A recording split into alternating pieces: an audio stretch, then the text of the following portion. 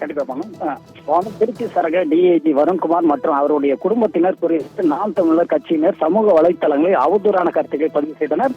அக்கட்சியின் தலைமை ஒருங்கிணைப்பாளர் சீமானும் வருண்குமார் குறித்து சமூக வலைதளங்களிலும் செய்தியாளர்கள் சந்திப்பிலும் அவதூறாக பேசியிருந்தார். சீமான் மீது நடவடிக்கை எடுக்க வேண்டும் என வலியுறுத்தி வருண்குமார் திருச்சி மாவட்ட குற்றவியல் நீதிமன்றம் எண் 4 நீதிமன்றத்தில் சீமான் மீது அவதூறு வழக்கு தாக்கல் செய்தார். அந்த வழக்கு திருச்சி மாவட்ட குற்றவியல் நீதிமன்றம் எண் 4 நீதிமன்றத்தில் நடைபெற்று வருகிறது. அந்த வழக்கு விசாரணை தொடர்பாக டிஐஜி வருண்குமார் இன்று நீதிபதி விஜயா முன்னிலையில் நேரில் ஆஜரானார். சீமான் தரப்பில் அவரின் வழக்கறிஞர் ஆஜராகி சீமானுக்கு உடல்நிலை பாதிக்கப்பட்டுள்ளதாக ஒரு மனு அளித்துள்ளார். இந்த நிலையில்தான் சீமான் ஏன் ஆஜராகவில்லை என நீதிபதி கேள்வி எழுப்பியுள்ளார். கடந்த முறையின் போது முறையாக ஆஜராக என்று கூறித்தான் சென்றீர்கள், அப்படி இருக்கையில் இன்று ஆஜராமல் இருப்பது ஏன் என கேள்வி எழுப்பியிருந்தார்.